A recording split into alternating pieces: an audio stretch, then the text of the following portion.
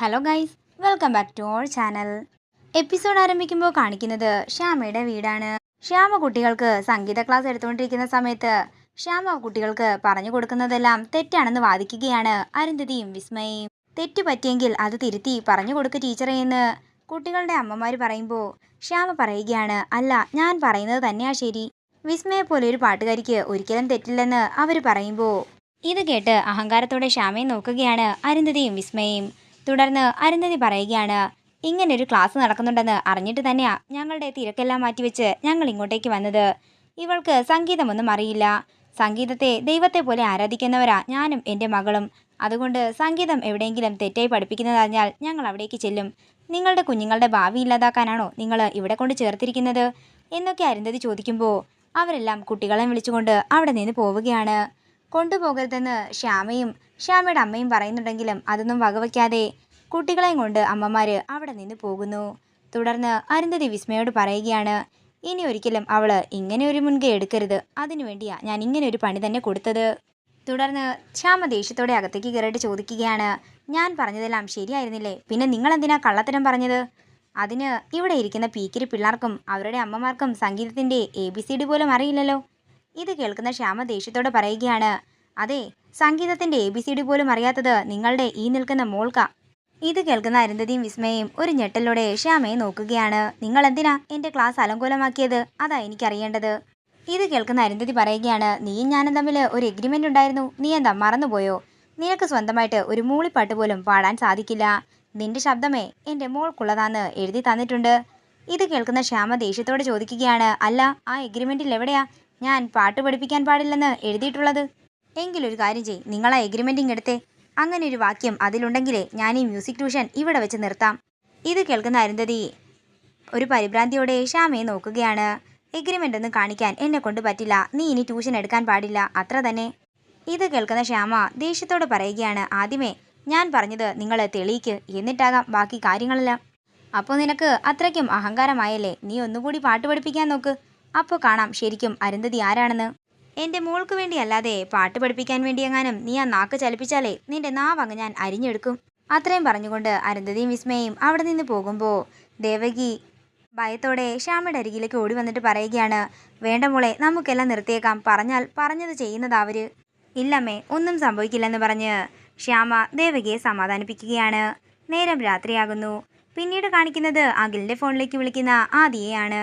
എടാ, അമ്മ നിന്നെ ഇന്ന് കാണാൻ വന്നിരുന്നു എന്ന് ചോദിക്കുമ്പോൾ വന്നിരുന്നെന്ന് അഖിൽ പറയുന്നു.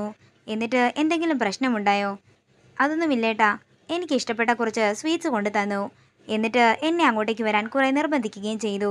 ഞാൻ വരില്ലെന്ന് പറഞ്ഞപ്പോൾ പോവുകയും ചെയ്തു. എന്താ ഏട്ടാ, എന്തെങ്കിലും പ്രശ്നമുണ്ടോ എന്ന് അഖിൽ ചോദിക്കുമ്പോൾ ആദി പറയുകയാണ്, അവിടെ നിന്ന് വന്നേ പിന്നെ അമ്മ വലിയ ഇമോഷണലാണ്. തുടർന്ന് നടന്ന സംഭവങ്ങളെല്ലാം തന്നെ ആദി അഖിലിനോട് പറയുകയാണ്. അഖിലിനെ കണ്ട് തിരിച്ചു വന്നതിന് ശേഷം വസുന്ധര അഖിലിന്റെ കുഞ്ഞുനാളിലെ ഫോട്ടോ എടുത്ത് കെട്ടിപ്പിടിച്ചുകൊണ്ട് കരയുകയായിരുന്നു. കുഞ്ഞുനാൾ മുതൽ നിനക്ക് എന്നെ ആയിരുന്നു മോനെ വലിയ ഇഷ്ടം. ഇരുട്ടിനെ പേടിച്ച് നീ കരയുമ്പോഴും നിന്നെ ചേർത്ത് പിടിക്കുന്നത് ഈ അമ്മയായിരുന്നു. ആ അമ്മയാ നീ ഇപ്പോൾ തള്ളിപ്പറയുന്നത്. അതേസമയം ആദ്യം അരുണും കൂടി ചെന്ന് വസുന്ധരയെ സമാധാനിപ്പിക്കുമ്പോൾ വസുന്ധര പറയുകയാണ്, ഇപ്പോൾ അഖി പോയി. ഇനി നിങ്ങൾ രണ്ടുപേരും എന്നെ ഇട്ടിട്ട് എപ്പോഴാ പോകുന്നത്? പോയിക്കോ, എല്ലാവരും പോയിക്കോ. ഞാൻ ഇങ്ങനെ തന്നെ എങ്ങനെയെങ്കിലും അവസാനിച്ചോളാം. ഇതൊക്കെ കേൾക്കുന്ന അഖിൽ പറയുകയാണ്, മതിയേട്ടാ, ഇനി കൂടുതലായി ഒന്നും പറയണ്ട. എനിക്കൊന്നും കേൾക്കണ്ടെന്ന് പറഞ്ഞ വിഷമത്തോടെ അഖില് ഫോൺ കട്ട് ചെയ്യുന്നു.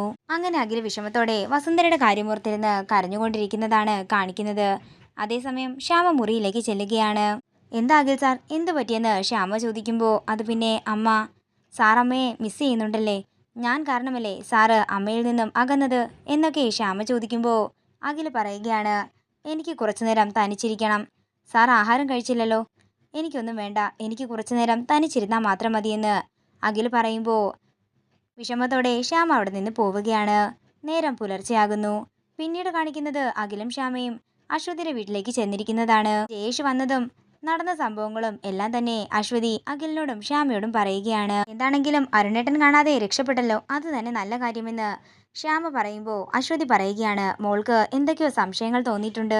എത്ര നാളാ മോളിൽ നിന്നും ഇങ്ങനെ ഒഴിഞ്ഞു മാറി കഴിയുക എന്നും എനിക്കറിയില്ല. തുടർന്ന് ശ്യാമ പറയുകയാണ്, ഞങ്ങളെ മോളെ വിളിക്കാനാ വന്നത്. മോളെയോ? എന്താ ശ്യാമയെ വിശേഷം എന്ന് അശ്വതി ചോദിക്കുമ്പോൾ അഖിൽ പറയുകയാണ്, അത് പിന്നെ ശ്യാം ഒരു മ്യൂസിക് ട്യൂഷൻ തുടങ്ങിയിട്ടുണ്ട്. ശ്രീകുട്ടിയെ അതിൽ ചേർക്കാൻ വേണ്ടിയാ ഞങ്ങൾ വന്നത്. എന്താണെങ്കിലും അടുത്ത ദിവസം ചേച്ചി ശ്രീകുട്ടിയുമായിട്ട് അങ്ങോട്ടേക്ക് വരണമെന്ന് പറഞ്ഞ് അഖിലും ശ്യാമയും അവിടെ നിന്ന് ഇറങ്ങുകയാണ്. പിന്നീട് കാണിക്കുന്നത് റോഡരികിൽ നിന്നും അഖിലും ശ്യാമയും സംസാരിച്ചുകൊണ്ടിരിക്കുമ്പോൾ അതിലെ പോകുന്ന വിസ്മയ അവരെ കാണുകയും അവരുടെ അടുത്തേക്ക് വരികയും ചെയ്യുന്നു. എന്താടി, കണ്ടിട്ട് പുതിയ എന്തോ പദ്ധതി ഇടുകയാണെന്ന് തോന്നുന്നല്ലോ. ഇനിയും ട്യൂഷൻ എടുക്കാനുള്ള പുറപ്പാടാണെങ്കിലേ അത് നശിപ്പിക്കാൻ ഞാനും അമ്മയും അങ്ങോട്ടേക്ക് വന്നിരിക്കും. ഇത് കേൾക്കുന്ന അഖില് ദേഷ്യത്തോടെ ചോദിക്കുകയാണ്, സംഗീത ക്ലാസ് മുടക്കാൻ നീയും നിന്റെ അമ്മയും ആരാന്നാ നിങ്ങളുടെ വിചാരം? സംഗീതത്തിന്റെ ഹോൾസെയിൽ ഡീലർമാരോ? അതെ, സൂക്ഷിച്ച് സംസാരിക്കണം. ഞാനേ നല്ല ഫാൻസ് ഒക്കെ ഉള്ള ഒരു ഗായികയാണ്. ഈ ആരാധകരൊക്കെ നിനക്ക് എങ്ങനെയാ ഉണ്ടായതെന്നേ ഒന്ന് ചിന്തിക്കുന്നത് നല്ലതായിരിക്കും. ഓരോരോ തന്ത്രങ്ങൾ കാണിച്ച് മറ്റുള്ളവരുടെ ശബ്ദം വാടകയ്ക്കെടുത്ത് കഴിയുന്നു. കഷ്ടം തന്നെ. പ്രശസ്ത ഗായിക വിസ്മയ, അമ്മയ്ക്കും മോക്കും ഒരിച്ചിരിയെങ്കിലും ഉളുപ്പുണ്ടോ? എങ്ങനെ ഉണ്ടാവാനാ? അതിനുള്ള വിവരം വേണ്ടേന്നൊക്കെ അരുൺ ചോദിക്കുമ്പോൾ ഒന്നും മിണ്ടാതെ ആകെ നാണം കെട്ട് തലകുനിച്ച് നിൽക്കുകയാണ് വിസ്മയ. ഇതോടുകൂടി ഇന്നത്തെ എപ്പിസോഡ് ഇവിടെ തീരുകയാണ്. വീഡിയോ ഇഷ്ടമായെങ്കിൽ മറക്കാതെ ലൈക്ക് ചെയ്യുക, ഷെയർ ചെയ്യുക, കമൻറ്റ് ചെയ്യുക. കൂടുതൽ സീരിയൽ അപ്ഡേറ്റ്സിനായി മറക്കാതെ സബ്സ്ക്രൈബ് ചെയ്യുക നയൻസ് ക്രിയേഷൻസ്.